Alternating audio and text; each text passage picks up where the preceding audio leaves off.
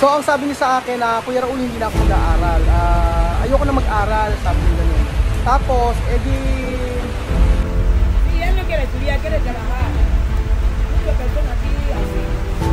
Quieren estudiar, solamente trabajar para ganar dinero. So, nandito po ang dalawang magpinsan na kung saan ay si Nena ay hinubad ang kanyang diaper. Ayun po, oh. Ayun, oh. Ayaw mag-diaper yata ni Nena. Doon ito, Panyales, Dodotis. Huwag ito sa car. Ha? Por qué? Si Mamud naman, ayan, oh, ginaw na ginaw. Oh. Ken salbahe? Ken salbahe? Salbahe daw ako. Ken salbahe?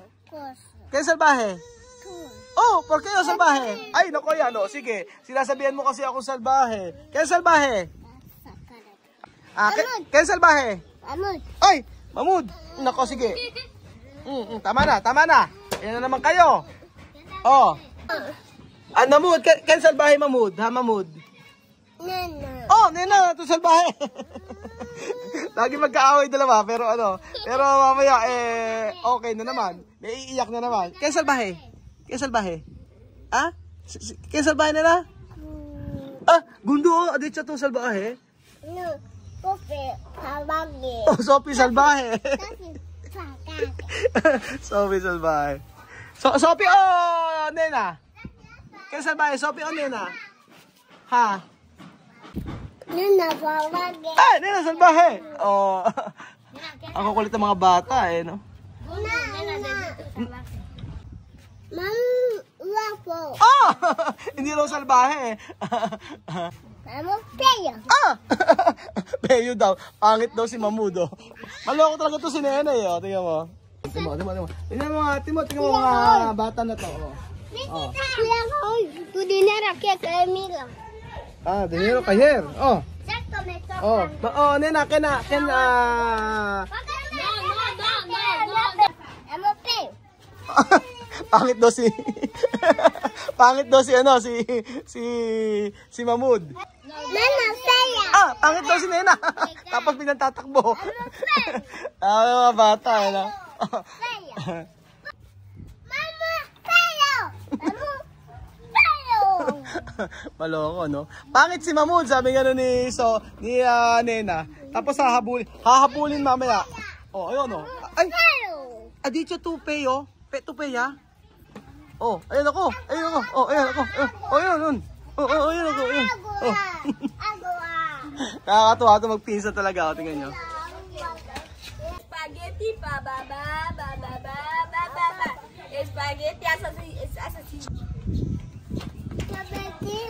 Ha? Spaghetti. Kaya dito? Kuya. Kaya ito pa pa?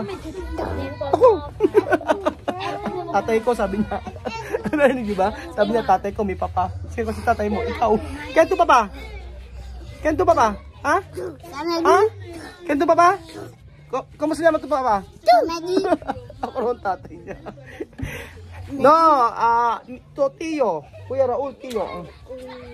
Tio. Tio, oh.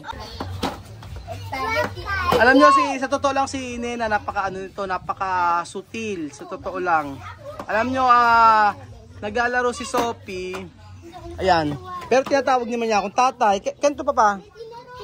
Kumusta naman ito pa? Nombre ito pa pa? Kuya Papaul. Kumusta naman ito pa pa? Papaul. Papa Raul ang tawag. Sabi mo nga tatay, sabi mo tatay. Tatay Raul. Papaul. Nena guwapa. Nena guwapa. Sabi mo nga Nena. Oh. Nena, ken mas guwapa? Tu o Sandra? Ha? Ke? Siyempre yun. Sabi niya, siyempre ako.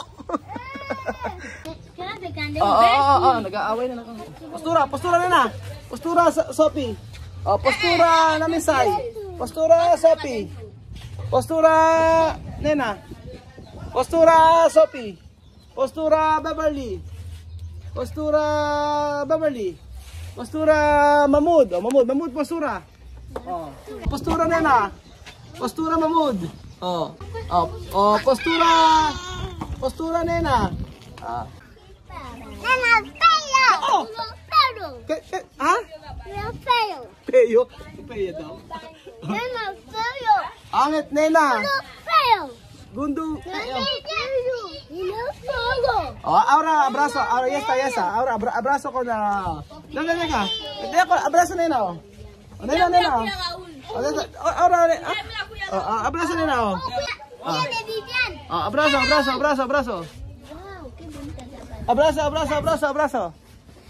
Abrazo. Ano na mira oh.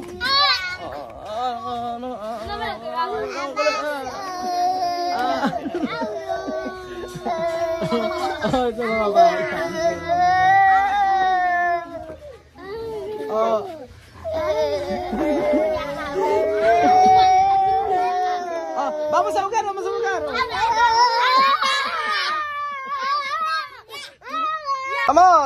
Vamos a jugar. Maglalaro ka ako kami. Tapos si Nena ayaw kong pakawala. Tingnan mo naka-ukiabet to. Tingnan nyo. Oh. Vamos a jugar, Nena. Vamos a jugar. Oh. Esto abajo. Aquí arriba, ¿vale? ¿Dónde abajo? Oo, vale. Oh, vale oh. Mahmud, Nena. Naglalaro oh. Sabi ko dito ang abajo, dito arriba. Oh, Mahmud. Nagubad na ng mga tsinelas. So, talaga mga competitive yung mga bata na to eh. Oh, ayan. Oh. Vale, oh, donde? Mahmud. Mahmud, aquí abajo ha. Aquí arriba. Oh, abajo. Di ba kata? Oh. No. Dek kanina ay Mahmud. Damas time ay, bede. Oh. Arriba. Abajo.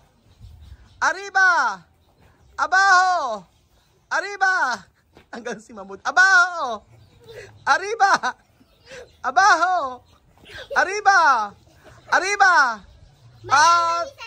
Namin sa tanggal. Okay. Oh. Mahmud, aki abajo ha. Oh, abajo. Mahmud, abajo. Arriba. Abajo.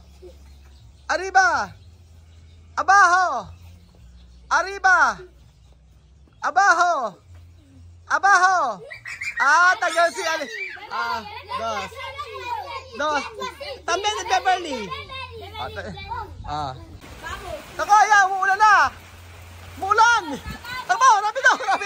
Umuulan na. Ayun na. Umuulan na. Ayun na.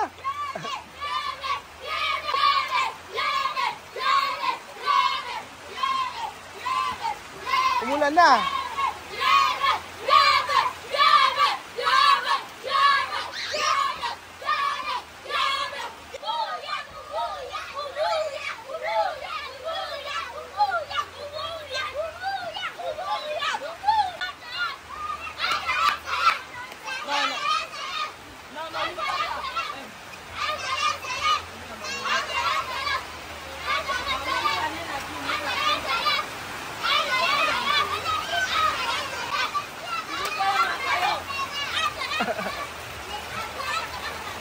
Ang kukulit ng mga bata, oh. Ayan, tuluyan na tuloy umulan. Nena, I love ya. Umuulan na po rito sa Equatorial Guinea. Summer dito, pero ayan, umuulan. Bakit? Iba na ang panahon ngayon. Kapasok! Di mo kalokohan ni Mahmud, ha? Di mo kalokohan. Wow, guwapo. Oh! Yeah, guwapo daw, oh.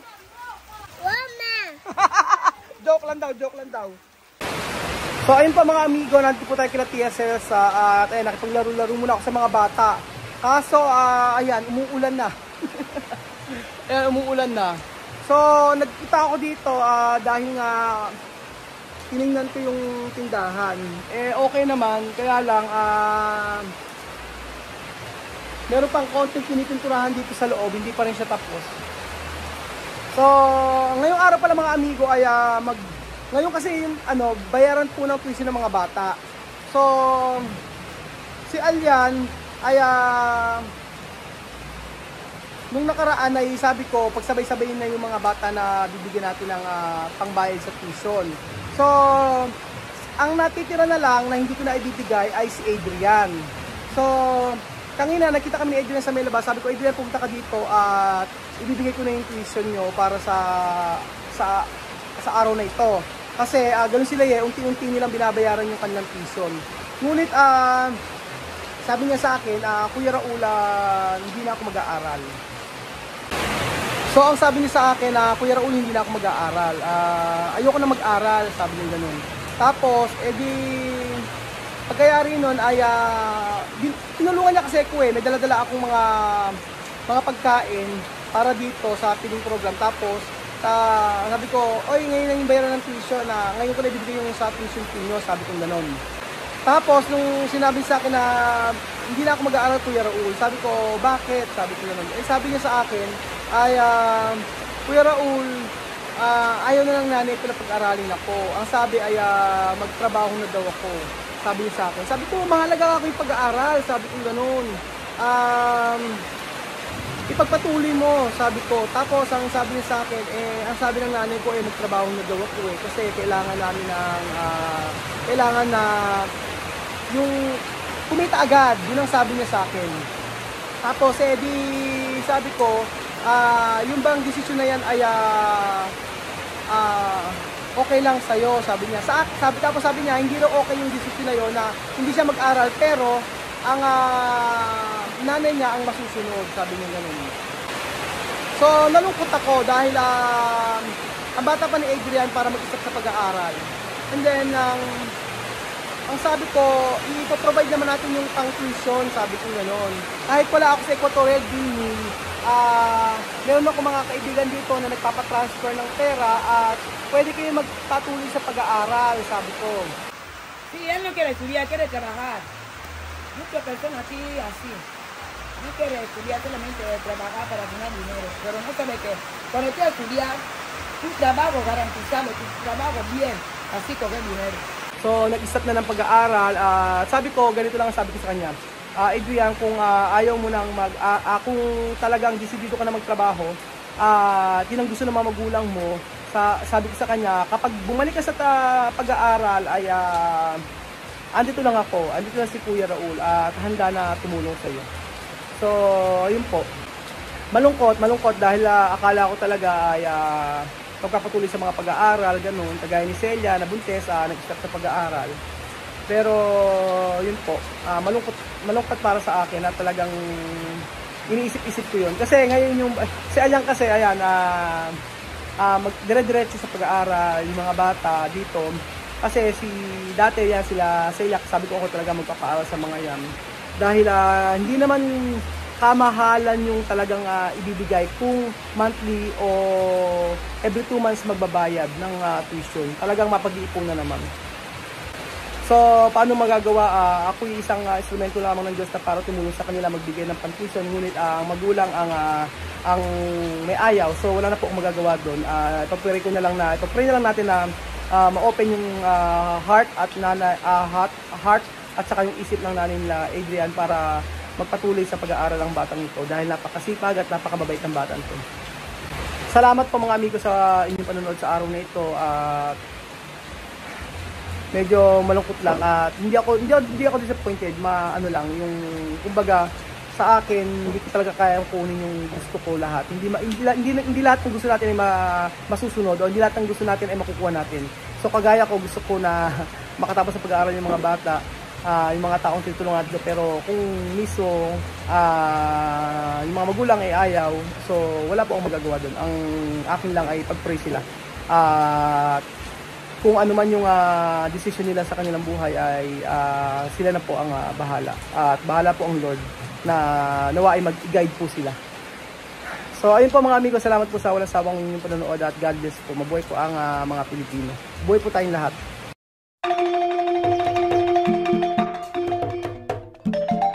na-appreciate ko yung paano sila nagdadasal.